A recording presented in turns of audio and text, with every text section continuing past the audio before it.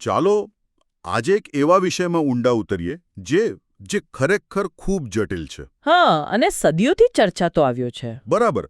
ફિલોસોફરો, ધર્મશાસ્ત્રીઓ બધા માટે એક કોયડો રહ્યો છે. આપણી પાસે એક સ્ત્રોત છે જે ઈશ્વરના સ્વરૂપ અને આપણી વાસ્તવિકતા વચ્ચેના સંબંધને સમજાવવાનો પ્રયાસ કરે છે. અને એ સમજવાનો પ્રયાસ છે કે જે સમયની બહાર છે તે સમયની અંદરની દુનિયા સાથે કેવી રીતે સંબંધ ધરાવે છે. બિલકુલ. આ ચર્ચા ખ્રિસ્તી ધર્મશાસ્ત્ર પર આધારિત છે, પણ મને લાગે છે કે તેના પ્રશ્નો સાર્વત્રિક છે. ચોક્કસ. અને મારે શરૂઆતમાં જ એક વાત સ્પષ્ટ કરવી છે કે આ સ્ત્રોત કોઈ વૈજ્ઞાનિક દાવો નથી કરતો. ના, બિલકુલ નહીં. આ તો શ્રદ્ધા અને તર્કના આધારે અકલ્પનીયને સમજવાનો એક પ્રયાસ છે. આજનો આપણો હેતુ એ જોવાનો છે કે આ વિચારસરણી આપણને વાસ્તવિકતા અને સમય વિશે કેવી નવી રીતે વિચારવા મજબૂર કરે છે. સરસ. તો ચાલો શરૂ કરીએ. આ સ્ત્રોત જે પાયો નાખે છે તે બે અલગ અલગ વાસ્તવિકતાઓના વિચાર પર છે. હા. એક છે શાશ્વત અનંતકાળ અને બીજું છે સમય સ્થળ. આ સાંભળવામાં કોઈ સાયન્સ ફિક્શન જેવું લાગે છે? હા, લાગે છે. ચાલો આને થોડું સરળ બનાવીએ. હા, પ્લીઝ. કદાચ આને સમજવાની શ્રેષ્ઠ રીત બે અલગ અલગ ઓપરેટિંગ સિસ્ટમ્સની કલ્પના કરવી છે. ઓકે. શાશ્વત અનંતકાળ એ મૂળભૂત અનંત ઓપરેટિંગ સિસ્ટમ છે. તેમાં કોઈ શરૂઆત નથી, કોઈ અંત નથી, કોઈ પરિવર્તન નથી. એટલે કે ત્યાં સમય જેવી કોઈ વસ્તુ જ નથી. બિલકુલ. સ્ત્રોત મુજબ ત્યાં ફક્ત ઈશ્વર જ અસ્તિત્વ ધરાવે છે, કારણ કે તે જ એકમાત્ર સ્વ અસ્તિત્વ ધરાવતી સત્તા છે. અને સમય સ્થળ શું છે? સમય સ્થળ એ પેલી ઓપરેટિંગ સિસ્ટમ પર ચાલતો એક પ્રોગ્રામ કે એપ્લિકેશન જેવું છે. રસપ્રદ. તે ઈશ્વર દ્વારા બનાવવામાં આવ્યું છે. તેની એક ચોક્કસ શરૂઆત છે જેને આપણે કદાચ બિગ બેંગ કહી શકીએ. તેમાં સતત પરિવર્તન થાય છે અને તેની અંદરની દરેક વસ્તુ તારાઓથી લઈને આપણા સુધી સમય અને સ્થળના નિયમોથી બંધાયેલી છે. એટલે આપણે આ પ્રોગ્રામની અંદર છીએ. હા, અને એટલે જ આપણે ક્યારે બહાર જોઈ શકતા નથી કે પેલી મૂળ ઓપરેટિંગ સિસ્ટમ કેવી રીતે કામ કરે છે. આ સરખામણી ખરેખર ઉપયોગી છે. તો એનો અર્થ એ થયો કે આપણે, મતલબ કે સર્જિત જીવો, હા, આપણે ફક્ત આ સમય સ્થળ નામના પ્રોગ્રામમાં જ જીવી શકીએ. તેની બહાર આપણું કોઈ અસ્તિત્વ નથી. આ લખાણમાં જે દલીલ છે તે મુજબ બિલકુલ નહીં. આપણું સમગ્ર અસ્તિત્વ ભૂતકાળ, વર્તમાન અને ભવિષ્યની આ રેખીય ગતિ પર આધાર રાખે છે. બરાબર. આપણે ભૂતકાળને યાદ કરીએ, વર્તમાનમાં જીવીએ, ભવિષ્યની કલ્પના કરીએ, પણ આ બધા ખ્યાલો શાશ્વત અનંત કાળમાં અર્થહીન છે. ત્યાં કોઈ પહેલા કે પછી નથી. ત્યાં ફક્ત છે. બસ છે. તે સમયનું અનંત વિસ્તરણ નથી, પણ સમયનો સંપૂર્ણ અભાવ છે. પણ અહીં એક મોટો પ્રશ્ન ઊભો થાય છે. જો ઈશ્વર સમયની બહાર છે, તો તે આપણા સમયને કેવી રીતે અનુભવે છે? શું તે આપણી જેમ જ એક પછી એક ઘટના જુએ છે? ના. સ્ત્રોત અહીં એક એવો વિચાર રજૂ કરે છે જે ખરેખર મનને વિચારતું કરી દે છે. કે ઈશ્વર માટે બધું જ હમણાં છે. હા, બધું જ હમણાં. અને આ કદાચ આખી ચર્ચાનો સૌથી મુશ્કેલ પણ સૌથી રસપ્રદ ભાગ છે. કારણ કે ઈશ્વર સમયની રેખાની અંદર નથી, એટલે તે તેને બહારથી જોઈ શકે છે. કોઈ ઉદાહરણ આપી શકો? ચોક્કસ. કલ્પના કરો કે તમે એક પુસ્તક વાંચી રહ્યા છો. તમે એક સમયે એક જ પાનું વાંચી શકો. બરાબર. પરંતુ લેખક, જેણે પુસ્તક લખ્યું છે, તે પ્રથમ પ્રકરણ, મધ્ય ભાગ અને અંત બધું એક સાથે જાણે છે. તેના માટે આખી વાર્તા એક જ સમયે અસ્તિત્વ ધરાવે છે. વાહ. સ્ત્રોત મુજબ ઈશ્વર માટે આપણો સમય પણ કંઈક આવો જ છે. એક મિનિટ, મને આ સમજવા દો. તો શું આનો અર્થ એ છે કે માનવ ઇતિહાસની તમામ ઘટનાઓ, જેમ કે ડાયનાસોરનું અસ્તિત્વ, રોમન સામ્રાજ્યનો ઉદય અને પતન, હા, ઇન્ટરનેટની શોધ અને ભવિષ્યમાં થનારી કોઈ મોટી ઘટના, આ બધું ઈશ્વર માટે એક જ ક્ષણમાં બની રહ્યું છે? બરાબર. આ વિચારની ગંભીરતા જ છે. આ તો મનને હચમચાવી નાખે એવો વિચાર છે. સ્ત્રોત આને સમજાવવા માટે બે ખૂબ જ શક્તિશાળી ઉપમાઓનો ઉપયોગ કરે છે. કઈ કઈ? પ્રથમ એ છે કે આપણું આખું બ્રહ્માંડ તેની અબજો વર્ષની ઉંમર અને અબજો પ્રકાશ વર્ષના વિસ્તાર સાથે ઈશ્વરના દૃષ્ટિકોણથી કદાચ પાણીના એક ટીપ્પા, એટલે કે મૂલબાંગુલ જેવું હોઈ શકે છે. પાણીનું એક ટીપું? એક ક્ષણિક અસ્તિત્વ. આપણા માટે જે બધું જ છે તે એક અનંત સત્તા માટે માત્ર એક નાનકડું ટીપું, આ તો અહંકારને ઓગાળી નાખે એવો વિચાર છે. અને બીજી ઉપમા સ્વપ્નની હતી, ખરું ને? હા, સ્ત્રોત એવું સૂચન કરે છે કે આપણી વાસ્તવિકતા, આપણું સમય સ્થળ ઈશ્વર માટે એક સ્વપ્ન એટલે કે કુકુમ જેવું પણ હોઈ શકે છે. ઓકે, પણ આનો અર્થ એ નથી કે આપણે વાસ્તવિક નથી, બરાબર? ના ના, બિલકુલ નહીં. આપણા માટે આપણો આનંદ, આપણી પીડા, આપણા સંબંધો બધું જ 100% વાસ્તવિક છે. પણ પ્રશ્ન એ છે કે જેણે વાસ્તવિકતા અને સ્વપ્નની વિભાવના પોતે બનાવી છે તેના માટે આપણી વાસ્તવિકતાનો અર્થ શું છે? અને એ આપણે જાણી શકતા નથી. કેવી રીતે જાણી શકીએ? આપણે તો સ્વપ્નની અંદરના પાત્રો છીએ. આનાથી એક મોટો ફિલોસોફિકલ પ્રશ્ન ઊભો થાય છે. જો ઈશ્વર માટે બધું હમણાં છે અને તે બધું જ જાણે છે, જે થયું છે અને જે થવાનું છે, તો પછી આપણી સ્વતંત્ર ઈચ્છાશક્તિનું શું? હા, એ ક્લાસિક પ્રશ્ન છે. શું તે ખરેખર સ્વતંત્ર છે? કારણ કે જો તે પહેલેથી જ જાણે છે કે હું 5 મિનિટ પછી શું પસંદ કરવાનો છું, તો શું મારી પસંદગી ખરેખર મારી છે? આ તો વિરોધાભાસ જેવું લાગે છે. આ એક ક્લાસિક ધર્મશાસ્ત્રીય કોયડો છે અને સ્ત્રોત આનો સીધો જવાબ નથી આપતો, પણ એક માળખું જરૂર પૂરું પાડે છે. કેવું માળખું? તે કહે છે કે ઈશ્વરના જ્ઞાન અને આપણી સ્વતંત્રતા વચ્ચેનો સંબંધ કારણ અને કાર્યનો નથી.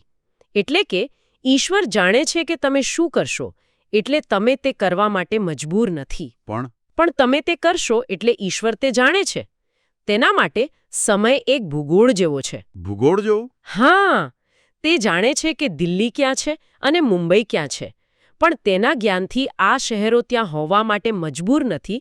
તે ફક્ત વાસ્તવિકતાને જેવી છે તેવી જુએ છે. ઠીક છે, આ સમજવું થોડું જટિલ છે, પણ મને તર્ક સમજાયો. તો આ બધી રચના પાછળનો હેતુ શું છે? જો આપણે એક પ્રોગ્રામ જેવા છીએ, તો આ પ્રોગ્રામ શા માટે બનાવવામાં આવ્યો? હવે આપણે મુદ્દા પર આવી રહ્યા છીએ. અહીં ઈશ્વરના દ્વિતીય સ્વરૂપની વાત આવે છે, જે આપણા સમય સ્થળમાં પ્રવેશ કરે છે. એટલે કે ખ્રિસ્તી ધર્મના ટ્રિનિટીનો ખ્યાલ? બરાબર. સરળ શબ્દોમાં કહીએ તો ઈશ્વરનો જે અંશ મનુષ્ય બનીને પૃથ્વી પર આવ્યો, જેને ખ્રિસ્તી ધર્મમાં પુત્ર એટલે કે ઈસુ ખ્રિસ્ત કહેવામાં આવે છે, તેની ભૂમિકા અહીં આવે છે. ઓકે. આ લખાણ પાછળનો તર્ક એવો છે કે જ્યારે ઈશ્વરે સર્જિત જીવો બનાવ્યા ત્યારે તેમને એક મહત્વપૂર્ણ ભેટ આપી, સ્વતંત્ર ઈચ્છાશક્તિ. અને એ જ સમસ્યાનું મૂળ બન્યું, ખરું ને? એક રીતે હા. સ્વતંત્રતાનો અર્થ જ એ છે કે સારાની સાથે ખરાબને પસંદ કરવાનો વિકલ્પ પણ હોવો જોઈએ. નહીંતર એ સાચી સ્વતંત્રતા નથી. બરાબર. એ તો પ્રોગ્રામિંગ છે. સ્ત્રોત દલીલ કરે છે કે જ્યાં સુધી પાપ કરવાની સંભાવના 0% ન હોય ત્યાં સુધી સમય જતાં કોઈક સમયે કોઈક વ્યક્તિ પાપ કરશે જ. તે એક શું કહેવાય, આંકડાકીય અનિવાર્યતા જેવું છે. અને આ પાપની સમસ્યાને ઠીક કરવા માટે? હા, આ પાપની સમસ્યા, જે સૃષ્ટિની અપૂર્ણતા છે, તેને ઠીક કરવા માટે સર્જનહાર પોતે જ નિયમોની અંદર આવ્યા. તેઓ પોતે જ એક સર્જિત જીવ બન્યા, જેથી સિસ્ટમની અંદરથી તેને સુધારી શકાય. તો આ એક પ્રકારની કોસ્મિક યોજનાની પૂર્ણાહુતિ જેવું છે. શું આ સમગ્ર પ્રક્રિયાનો અંતિમ ઉદ્દેશ્ય પાપને દૂર કરવાનો છે? ઉદ્દેશ્ય સમય સ્થળમાંથી તમામ પાપ, પીડા અને અપૂર્ણતાને દૂર કરીને તેને તેની મૂળ સંપૂર્ણ સ્થિતિમાં પાછું લાવવાનો છે. અને જ્યારે આ થઈ જશે ત્યારે? જ્યારે આ સિદ્ધ થઈ જશે ત્યારે સ્ત્રોત બાઇબલનો ઉલ્લેખ કરીને જણાવે છે કે પુત્ર આ પરિપૂર્ણ સૃષ્ટિને પિતાને એટલે કે મૂળ સર્જનહારને પાછી સોંપી દેશે. અને અંતિમ ધ્યેય? અંતિમ ધ્યેય એ છે કે ઈશ્વર સર્વમાં સર્વ બની શકે. સર્વમાં સર્વ. આનો વ્યવહારિક અર્થ શું થાય? શું એનો અર્થ એ છે કે બધું ઈશ્વરમાં ભળી જશે? ના, ભળી જવું નહીં. એનો અર્થ એ છે કે સમગ્ર સૃષ્ટિ, દરેક અણુ અને દરેક ચેતના સંપૂર્ણપણે ઈશ્વરની ઈચ્છા સાથે એકરૂપ અને સુમેળમાં હશે. એટલે કે કોઈ સંઘર્ષ નહીં, કોઈ બળવો નહીં, કોઈ અપૂર્ણતા નહીં. બધું જ તેના ઉદ્દેશ્ય મુજબ સંપૂર્ણ રીતે કાર્ય કરશે. આ સમજાયું. પણ પછી એક મોટો પ્રશ્ન ઊભો થાય છે. જ્યારે આ બધું થઈ જાય, પાપ દૂર થઈ જાય અને સૃષ્ટિ પરિપૂર્ણ થઈ જાય, ત્યારે આપણું શું થશે? સર્જિત જીવોનું શું? હા, શું આપણે આખરે તે શાશ્વત અનંતકાળમાં પહોંચીશું? શું આપણે ઈશ્વર સાથે એક થઈ જઈશું? અને આ સ્ત્રોતનો એક અત્યંત મહત્વપૂર્ણ અને સ્પષ્ટ મુદ્દો છે અને જવાબ છે ના. ના. ના. સર્જિત જીવો ક્યારે સર્જનહાર નથી બનતા. ભલે આપણે પાપરહિત અને સંપૂર્ણ બની જઈએ, આપણું મૂળભૂત સ્વરૂપ બદલાતું નથી. પણ કેમ? આપણે હજુ પણ સમય સ્થળની અંદર જ અસ્તિત્વ ધરાવીશું. આપણે ક્યારેય તે મૂળભૂત ઓપરેટિંગ સિસ્ટમનો ભાગ નહીં બની શકીએ. પણ આ થોડો નિરાશાજનક નથી લાગતું? જો અંતિમ લક્ષ્ય પૂર્ણતા છે, તો પછી આ કાયમી ભેદ શા માટે? શું આનો અર્થ એ નથી કે સૃષ્ટિ હંમેશા બીજા દરજ્જાની જ રહેશે? આ એક ઉત્તમ પ્રશ્ન છે. સ્ત્રોત આને નિરાશાજનક તરીકે નથી જોતો, પણ એક મૂળભૂત સત્ય તરીકે જુએ છે. ઓકે. કારણ એ છે કે શાશ્વત અનંતકાળના ક્ષેત્રમાં ફક્ત તે જ રહી શકે છે જે સ્વ-અસ્તિત્વ ધરાવે છે, જે હંમેશાથી છે અને હંમેશા રહેશે, એટલે કે ઈશ્વર. અને આપણી તો એક શરૂઆત છે. બરાબર. સર્જિત જીવો ભલે ગમે તેટલા પરિપૂર્ણ બને, તેમની એક શરૂઆત છે. તેઓ બનાવવામાં આવ્યા છે. આ તફાવત ક્યારેય મટી શકતો નથી. તેઓ હંમેશા જીવન અને અસ્તિત્વ માટે સર્જનહાર પર નિર્ભર રહેશે. આ સંબંધ પિતા અને પુત્ર જેવો કહી શકાય? હા, બહુ સરસ સરખામણી છે. પુત્ર ગમે તેટલો મહાન બને, તે પિતા નથી બની જતો. તો પેલું જે કહેવાય છે ઈશ્વરના સ્વરૂપમાં બનવું, જેનો ઉલ્લેખ ઘણીવાર ધર્મગ્રંથોમાં થાય છે. એનો અર્થ ઈશ્વર બનવું નથી. બરાબર. બરાબર. અહીં લેખકે એ ભેદ પર ખૂબ ભાર મૂકે છે. ઈશ્વરના સ્વરૂપમાં બનવાનો અર્થ તેમની નૈતિક અને આધ્યાત્મિક પૂર્ણતા, તેમના પ્રેમ, તેમની પવિત્રતાને પ્રતિબિંબિત કરવાનો છે. તેમના મૂળભૂત સ્વરૂપને પ્રાપ્ત કરવાનો નથી. બિલકુલ. આ ભેદ સૃષ્ટિ અને સર્જનહાર વચ્ચેનો મૂળભૂત અને કાયમી ભેદ છે.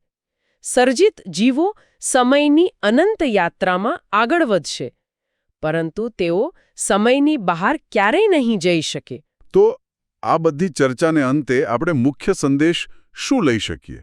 આપણે બે વાસ્તવિકતાઓ, સમય વિશેનો એક અકલ્પનીય દૃષ્ટિકોણ અને મુક્તિ માટેની એક જટિલ યોજના વિશે વાત કરી. આ બધામાંથી સૌથી મહત્વપૂર્ણ તારણ શું છે? મને લાગે છે કે મુખ્ય તારણ ઈશ્વરની સંપૂર્ણ સાર્વભૌમત્વ અને તેમની અનન્યતા છે. આપણી વાસ્તવિકતા, આપણું અસ્તિત્વ સંપૂર્ણપણે તેમના પર નિર્ભર છે. આપણે સ્વ-અસ્તિત્વ ધરાવતા નથી. અને બીજું?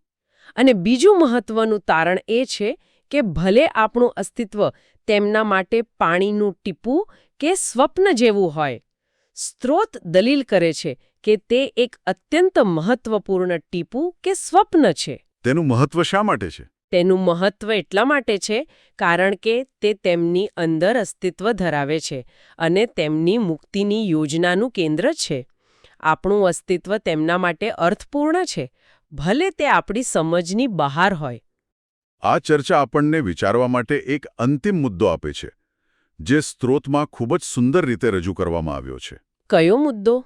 તેમાં ઉલ્લેખ છે કે જો ઈશ્વર સમય-સ્થળને વાસ્તવિક ગણે છે અને તેમના માટે બધું જ હમણાં છે, તો પછી ક્રોસ પર ઈસુની પીડા પણ તેમના માટે કોઈ ભૂતકાળની ઘટના નથી. ઓહ!